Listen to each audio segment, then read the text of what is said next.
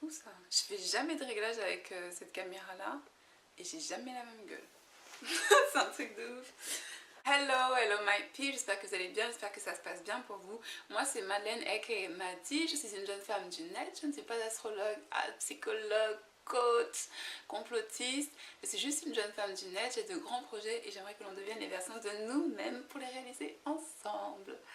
Ok, so dimanche astro, c'est le dernier signe aujourd'hui. Mais pourquoi est-ce que j'ai choisi le signe de Scorpion ?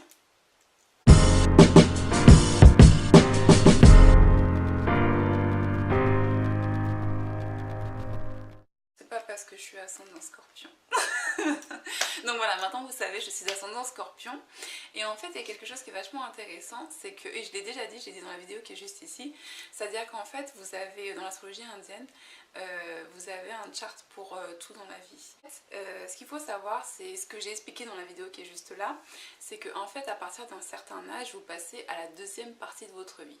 C'est-à-dire que la première partie de votre vie, c'est vraiment l'enfance, l'adolescence et le fait d'être un jeune adulte. Et pendant en fait votre vingtaine jusqu'à votre trentaine, vous vous développez en une certaine personne. Et à partir de 30 ans, c'est là où vous changez. Et c'est pour ça qu'il y a beaucoup de gens qui changent entre leurs 29 ans et leurs 33-34 ans. Et c'est là où ils commencent vraiment à dessiner la personne mature qu'ils vont devenir jusqu'à la fin de leur jour. Et donc en fait en astrologie védique, donc l'astrologie indienne, vous avez les deux charts qui sont très importants. Donc c'est le premier chart, c'est le Rashi chart, c'est le premier chart. Et le deuxième chart, en fait, c'est le Navamsha chart. Et le Navamsha chart, ça parle de votre vie de couple. Parce que du coup, en fait, à partir d'un certain âge, vous êtes censé être en couple. Et du coup, en fait, la dynamique change. C'est-à-dire que vous devenez une autre personne. La personne qui est en couple avec vous aussi, elle ramène des énergies qui sont différentes. Et ce genre de choses-là. Donc, je ne vous dirai pas mon ascendant de la deuxième vie. Alors, la première maison en fait, c'est vous, c'est votre personnalité, c'est vous en tant que personne. Et en fait, pour les ascendants scorpions, bon, les ascendants scorpions, ils sont, en général, ils ont vraiment ce côté inquisiteur, un peu détective. Ils sont prêts à tout pour réussir ce qu'ils doivent faire. Ils sont très dynamiques, c'est vraiment le genre de personne qui est prêt à se battre pour vous ou qui est même prête dans certains cas. Par exemple, si Mars, la planète Mars, parce que c'est la planète Mars qui gère le signe de Scorpion, et le signe de Scorpion est un signe d'eau. C'est-à-dire qu'il y a plein de gens qui pensent que c'est un signe de feu, puisque ça appartient à la planète Mars, et que la planète Mars c'est une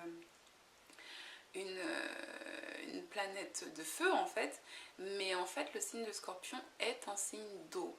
Et en fait, l'eau, ce qu'il faut savoir, c'est que l'eau, oui, vous pouvez nager, flotter, vous balloter, faire des choses comme ça, et en même temps vous pouvez vous manger des plats. C'est-à-dire que si vous tombez mal, si vous arrivez trop fort sur l'eau, vous mangez un mur en fait. Et ça c'est un peu le cas des scorpions. C'est-à-dire que si vous pouvez, un scorpion peut être quelqu'un de très cool, mais si vous poussez cette personne-là, vous pouvez vous manger un mur et vous faire très très mal en fait. En fait, si la planète Mars du coup est mal placée ou dans un signe un peu en difficulté dans la carte astrale de la personne, en fait cette personne peut dans certains cas se faire du mal. C'est-à-dire, vous voyez, les gens qui ont un peu de boulimie ou d'anorexie, ou les gens qui vont se couper ou faire des choses comme ça, ou les gens qui vont se faire du mal ou même boire beaucoup d'alcool, donc devenir alcoolique, ou consommer beaucoup de drogue à outrance et jusqu'au point de créer une overdose ou ce genre de choses là, ou ne pas se nourrir du tout et des choses comme ça. Et en fait, si Mars est mal placé aussi et que la Lune l'est aussi, c'est vrai qu'il peut y avoir certaines instabilités mentales. Et j'ai pas envie de vous faire peur. Je ne fais que répéter Kapil Raj, donc ne vous enflammez pas si vous êtes Scorpion. Ok, ne vous enflammez pas. Mais c'est vrai que c'est un signe intense. Le signe de Scorpion, c'est un signe très intense. Et quand c'est un ascendant, après tout dépend de la lune de la personne et du soleil de la personne et d'autres placements de planètes en fait. Mais à la base, tout seul, tel quel, Scorpion, c'est un signe intense. La deuxième maison de Scorpion est habitée par le signe de Sagittaire qui lui est géré par la planète Jupiter. Donc en général, ils viennent d'une famille qui est religieuse. Parce que le signe de Jupiter, je vous ai dit, c'est des prêcheurs. Donc ils viennent vraiment d'une famille qui prêche la bonne parole et ce genre de choses-là.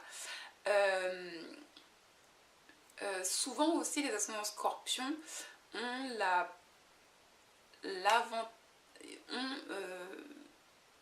la mentalité pour investir l'héritage familial. Pourquoi? Parce qu'en fait, dans la cinquième maison c'est la créativité, c'est les business de spéculation, c'est les enfants, c'est la romance, la créativité, c'est l'industrie des médias, c'est plein de choses, mais je dis jamais tout parce que sinon ça fait trop. Et en fait, Jupiter donc a le signe de Poisson dans la cinquième maison et le signe de Sagittaire dans la deuxième maison. Et en fait, quand la deuxième maison et la cinquième maison sont en contact comme ça montre qu'une personne a le potentiel d'investir l'argent de la famille pour créer quelque chose avec. Alors du fait que ce soit le signe de Sagittaire et donc l'influence de Jupiter dans la seconde maison, dans la maison de la famille, en fait ils ont vraiment une famille où eux ils sont nourris intellectuellement, religieusement ou alors académiquement, c'est-à-dire qu'ils vont avoir des parents ou des relatifs qui ont fait des études. Et pour prendre mon cas personnel, clairement, moi je suis la seule de ma famille, mais clairement en fait, à ne pas, même pas avoir passé mon bac en fait, hein, la seule. Donc voilà, et mes neveux ils ont l'air aussi d'être assez très académiques, donc voilà. Alors la troisième maison, c'est la maison du courage, c'est la maison de la fratrie, c'est la maison de la communication, c'est la maison des médias, c'est la maison de la legacy aussi, enfin bref. Et du coup c'est le signe de Capricorne et donc géré par la planète Saturne. Et en fait, Saturne, je vous ai dit, c'est la planète des vieux, c'est la planète de l'autorité, c'est la planète de la répétition, c'est la planète de ce genre de choses là. Et en fait, du coup le courage et la communication des Scorpions, c'est quelque chose qui... enfin, ils sont très disciplinaires par rapport à ça. C'est-à-dire que petit à petit, ils vont continuer. C'est pas des gens qui vont commencer quelque chose, qui demandent beaucoup de courage et ils vont l'arrêter comme ça, en fait. Et en fait, et je vous parle de façon générale, hein, c'est de façon générale. Et en fait, ils vont avoir une communication avec leurs frères et leurs sœurs qui du coup est aussi très organisée en fait. C'est-à-dire que c'est pas le genre de frère et sœur qui va appeler, qui va dire hey, comment tu vas, il fait trop beau, j'ai pensé à toi, machin, nanana. Et honnêtement, je me reconnais carrément là-dedans. C'est-à-dire que moi, si j'appelle mes frères et mes sœurs, c'est parce que je vais les voir. Et il y a un truc comme ça, c'est je peux venir, je t'appelle. Ou des choses comme ça. Et aussi... ils vont avoir donc une communication qui est très disciplinée, qui est très un peu sérieuse, c'est-à-dire que je parle pas de chit-chat avec mes frères. On n'a que des discussions qui sont très sérieuses, que ce soit politique, que ce soit philosophie, que ce soit business, que ce soit musique, que ce soit vie. C'est très sérieux et c'est vrai que j'aime les choses et j'aime parler de choses, j'ai plus tendance à apprécier parler de choses sérieuses en fait, que de... il fait beau, même si j'aime bien ça, mais j'aime bien ça 5 minutes en fait, j'aime pas une conversation de 2 heures là-dessus. Donc voilà, si je dois prendre mon exemple, mais en tout cas pour revenir à ce que Capillerage disait, donc il y a vraiment ça, et ils ont aussi un côté assez pessimistique, et ça oui carrément. Et après tout dépend de la lune, c'est à dire que si vous avez une lune qui est placée dans un signe qui est très optimiste, du coup ça peut rééquilibrer en fait ce côté pessimistique, ok. Donc ça dépend aussi du placement de la lune. Et Capillerage aussi disent que ce sont des gens qui pensent beaucoup, qui s'inquiètent facilement et qui du coup en fait quand ils sont trop inquiétés vont avoir tendance à procrastiner parce que du coup ils pensent tellement à ce qu'ils doivent faire, comment ils doivent le faire, qu'ils se mettent en retard en fait sur des choses, mais ils vont les faire, c'est à dire qu'ils vont faire ce qu'ils veulent faire, comment ils doivent le faire, mais c'est vrai qu'ils vont se dire oh, ouais mais si je fais ci comme ça, et puis si je fais ça comme ça, et puis si je dis ci comme ça, ouais mais si je fais ça comme ça, ok. Alors la quatrième maison en fait c'est le foyer, l'intimité, la relation à la mère et ce genre de choses là, et en fait c'est le signe de Verseau dedans. En fait ce qu'il faut savoir c'est que le signe de Verseau c'est un signe, bien qu'il soit géré par la planète Saturne, ça reste un signe qui est assez extravagant, c'est-à-dire c'est un signe, on ne peut jamais vraiment déterminer un Verseau d'une façon précise. C'est-à-dire que vous voyez les Verseaux c'est souvent les gens qui vont, si je dois prendre quelqu'un de... Non, je vais arrêter avec les noms des gens connus, parce que voilà. Ça va être, vous voyez la personne qui a marché dans la rue avec un manteau vert pomme, des cheveux rose fluo, jaune, bleu, orange, violet, des lunettes avec des ailes dessus, ça peut être ça en fait. Et en fait vous allez voir cette personne dans la rue, vous allez vous dire oh là là elle est super excentrique, et vous allez parler avec cette personne là, elle va vous halluciner tellement cette personne-là est extrêmement intelligente. C'est pour ça que les Verseaux, ça reste un signe qui est compliqué en fait à décrire dans l'astrologie, parce que ce sont des gens extrêmement surprenants. C'est-à-dire que il y a plein de signes que vous allez pouvoir reconnaître par rapport à certaines choses, et les Verseaux peuvent toujours vous surprendre. Il y a un truc comme ça en fait chez eux. Et en fait pour eux, donc dans leur intimité à la maison, ça peut être un signe qui va vous surprendre, c'est-à-dire que leur maison, ça peut être une maison complètement... vous avez jamais vu ça avant, quoi. J'ai pas envie de faire cette vidéo là sur moi, mais c'est vrai que du coup je me base sur mon expérience personnelle. Le fait que dans ma famille, moi personnellement j'oublie, je pense que mes frères aussi oublient. Je pense que en fait si, mes frères oublient aussi, parce que quand ils me présentent à leurs amis, ça se voit qu'ils leur ont jamais dit que j'ai été adoptée, que je suis noire. Donc ça c'est clair et net, le nombre de personnes qui ont fait qu'est-ce qui se passe. J'ai pas compris. Et moi pareil. Et en fait on avait une famille où ouais, mon père et ma mère ils avaient 20 ans d'écart. J'ai un frère métis, un frère blanc, un frère... et moi je suis africaine. Voilà, donc en fait ils ont vraiment une famille qui est plus ou moins, pas excentrique dans le mauvais sens, mais extravagante, ou qui sort de certaines normes. Et ça c'est vraiment attaché au signe de Verseau en fait. Vraiment une vie de famille qui est universelle et qui est diverse, c'est-à-dire c'est pas une famille qui va dans la maison, au sein de la maison, être calée sur la même chose de A à Z, c'est-à-dire donc il y a un truc universel et il y a un truc très extravagant ou excentrique qui sort vraiment du commun. Alors la cinquième maison, donc comme je vous le disais tout à l'heure, c'est la maison de la créativité, c'est la maison des business, de l'entrepreneuriat, c'est la maison de l'école, c'est la maison de l'intelligence, c'est la maison des enfants, c'est la maison de la romance. Alors comme c'est le signe de Poisson qui habite cette maison, ils ont du coup une vision très cool avec leurs enfants. C'est-à-dire qu'ils vont vraiment laisser leurs enfants faire ce qu'ils ont envie de faire. C'est-à-dire que s'ils ont un enfant qui veut devenir karatéka, ils vont dire ok, on va faire en sorte que tu puisses devenir un karatéka, et donc te trouver une école où tu peux pratiquer et ta passion et continuer à l'école. Et aussi le signe de Poisson permet aux ascendants Scorpions d'être de bons élèves s'ils en ont envie.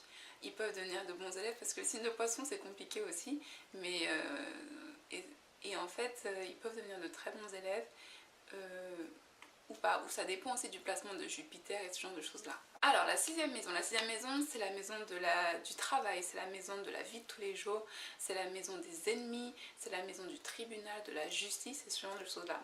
Et en fait c'est le signe de Bélier qui est dans cette maison là, et donc c'est un signe de feu, et c'est le signe qui lui aussi est géré par la planète Mars. Donc du coup la sixième maison c'est une maison qui est très forte pour eux, et en fait les ascendants Scorpions ne peuvent pas perdre, c'est-à-dire que ce sont des gens qui feront tout ce qu'ils doivent faire pour vaincre leurs ennemis. Les Scorpions aussi vont planifier leur vengeance. Ils vont planifier leur vengeance. Après, ne vous imaginez pas, il y a vengeance et vengeance. Vengeance, ça peut être aussi le fait de répondre à quelqu'un. Voilà, c'est pas forcément le fait de ouais, comment est-ce que je vais pouvoir niquer ta mère. Non, des fois c'est, excusez-moi pour l'expression, mais c'est vraiment, des fois c'est juste le fait de pouvoir répondre à quelqu'un en fait. Donc c'est pas le genre de signe à se laisser faire ou ce genre de choses là. Et en fait, moi pas forcément. C'est-à-dire que moi je choisis quand est-ce que je vais répondre. Il y a des fois où je regarde. What? Ou des fois je me dis non, ça vaut vraiment pas la peine, vas-y laisse passer ça. Et il y a d'autres fois où je me dis non, je suis obligée de répondre parce que c'est important de savoir répondre aux gens. Pas forcément de réagir aux gens, parce que la réaction c'est vraiment l'immaturité.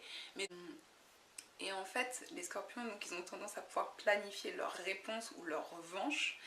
Et aussi, ils adorent les challenges. C'est-à-dire que ce sont des personnes qui vont... Le fait d'avoir des ennemis, c'est pas ça qui va leur faire peur. C'est-à-dire que s'ils ont un but qui est particulier et que le but en vaut la peine, leurs ennemis ils doivent apprendre à s'y habituer en fait et vivre leur vie de leur côté. Ok, je suis désolée, je voulais changer parce que j'en ai marre de voir du soleil et de ne pas pouvoir en profiter. Donc voilà, alors la septième maison, en fait, la septième maison, c'est la maison qui est opposée à la première maison. Donc la septième maison, en fait, ça représente votre partenaire, la relation avec les autres. Mais du coup, dans ce cadre-là, on se base vraiment sur le partenaire. Donc en fait, pour les ascendants scorpions, leur partenaire, ce sont les taureaux. Et en fait, les taureaux et les scorpions ont beaucoup de choses en commun, c'est-à-dire qu'ils aiment avoir un partenaire qui a leur propre opinion, c'est-à-dire c'est pas quelqu'un qui a besoin d'être leur copie conforme ou de dire oui oui oui oui oui et amène à tout ce que eux ils veulent. Ils aiment avoir quelqu'un qui est assez libre de penser comme il veut ou de faire ce qu'il veut comme il veut. Ensuite, les taureaux sont plutôt reconnus comme un signe qui est beau et sexy parce qu'en fait ils sont gérés par la planète Vénus. Donc en général ils ont un partenaire, c'est comme les ascendants bélier, comme pour eux c'est les descendants balance. Là en fait les balances et les taureaux sont vus comme des signes qui sont beaux ou appréciés en fait. Et donc ils ont un partenaire qui est plutôt comme ça, beau et apprécié. En tout cas ça ne veut pas forcément dire beau physiquement, hein. Ça peut être beau mentalement. Et ils adorent leur partenaire. Les ascendants scorpions adorent leur partenaire. C'est-à-dire qu'ils sont vraiment investis émotionnellement quand ils sont en relation avec leur partenaire. Vraiment, c'est le genre de personne qui peut se sacrifier en fait pour son partenaire. Alors la huitième maison, du coup, c'est le signe de Gémeaux qui avait cette maison-là. Et le signe de Gémeaux est géré par la planète Mercure. Ce qui fait que leur relation avec leur belle famille est très communicative. Ils s'entendent plus ou moins bien avec eux et ils communiquent vraiment beaucoup avec eux. Après, il peut y avoir des hauts et des bas, des périodes où ça va un peu mieux, des périodes où ça va un peu moins bien. Pourquoi? Parce que Mercure, c'est une planète qui est très rapide et donc qui se déplace beaucoup. Donc ça peut changer selon les humeurs. Alors parce que Mercure c'est une planète qui est très rapide et qui se déplace beaucoup, en fait du coup ils ont vraiment aussi tendance à prendre des décisions très hâtivement, c'est-à-dire qu'ils vont pas forcément se poser et réfléchir un peu plus que ça, ils vont tout faire fast-pass, comme Mercure en fait. Donc dans leur jeunesse en fait ils auront tendance à prendre beaucoup de décisions sous impulsivité et donc à faire des erreurs, mais c'est quelque chose qui se travaille avec le temps. La neuvième maison, comme c'est la lune qui habite cette maison-là, comme c'est le signe de cancer qui habite cette maison-là, en fait, ils sont émotionnellement investis dans leur religion. C'est-à-dire que leur religion, c'est leur façon de penser, tout ça. Donc c'est vraiment des gens qui sont investis à 100% dans leur religion. Et parce que c'est la lune, et que la lune, c'est quelque chose de assez... la lune change beaucoup, la lune change tous les jours. En fait, c'est possible que ce soit le genre de personne qui change plusieurs fois de religion ou qui des fois adore leur religion, après la déteste et ce genre de choses là. Vous voyez, les gens qui ils sont pas un truc de A à Z en fait, c'est toujours un peu in between et tout, ce genre de choses là. C'est à dire que si je vais prendre mon exemple personnel, moi pendant toute mon adolescence jusqu'à j'ai compris que j'étais déiste même quand j'allais à l'église. C'est-à-dire que même quand j'allais à l'église, je voulais juste prier Dieu avec d'autres personnes. Mais c'est vrai que j'ai compris que j'étais déiste à l'âge de 20 ans. Et ça a été quelque chose que j'ai dit publiquement à l'âge de 22 ans. Et quand je dis publiquement, c'était sur Facebook. Alors, comme pour la 10e maison... Ah ça y est, ça part en cacahuète. Ok. J'ai enfin réglé mon caméscope. Alors la 11e maison, en fait, c'est la maison qui concerne la fortune, c'est la maison qui concerne le réseau social, le réseau professionnel. C'est la maison de la fortune. La fortune pour moi c'est les gains et c'est la chance. Et en fait ils ont le signe de Vierge dans ce signe-là. En fait le signe de Vierge, donc c'est un signe comme je vous ai dit qui est plutôt calculateur, qui est méticuleux, qui voit et tout un peu. Et en fait ce sont des gens, oui, je l'ai déjà dit, qui vont en fait qui vont avoir des relations parce que en fait ils savent qu'ils peuvent bénéficier de quelque chose. Alors c'est pas forcément l'argent ou ce genre de choses là, mais enfin ça peut être l'argent, ok. Pour moi personnellement c'est le savoir. Alors la deuxième maison c'est la maison de tout ce qui est inconscient, de tout ce qui est spiritualité, c'est la maison de l'isolation, c'est la maison des pays étrangers aussi, je dis rarement mais c'est aussi des pays étrangers. Et en fait pour eux la deuxième maison du coup c'est le signe de Balance qui habite cette maison là et qui est gérée par la planète Vénus. Et donc en fait pour eux ils trouvent vraiment un équilibre émotionnel lorsqu'ils font de la méditation, lorsqu'ils sont en train d'être intéressés par tout ce qui est ésotérique, par tout ce qui est spirituel et tout, et en fait inconsciemment c'est ça qui leur permet en fait d'avoir un certain équilibre dans leur vie. Et aussi ce sont des gens qui sont doués pour pouvoir traduire leurs rêves, c'est-à-dire que quand ils font un rêve ils vont essayer de comprendre la signification de ce rêve là et de savoir inconsciemment ce que l'inconscient essaie de traduire au conscient. Et voilà, voilà ma pipe, ça c'était les ascendants scorpions, j'espère que vous avez kiffé la série astrologie. Si vous avez envie que je m'attaque à une nouvelle série astrologie, dites-moi en commentaire, marquez oui, et voilà, parce que je sais pas du tout ce que je vais faire pour le dimanche. Pour les prochains dimanches qui viennent, j'ai aucune idée de ce que je vais faire. Et vous connaissez les ascendants scorpions, c'est le moment de leur partager cette vidéo. Je vous souhaite une excellente fin de week-end et on se voit bientôt. Namasté, bye!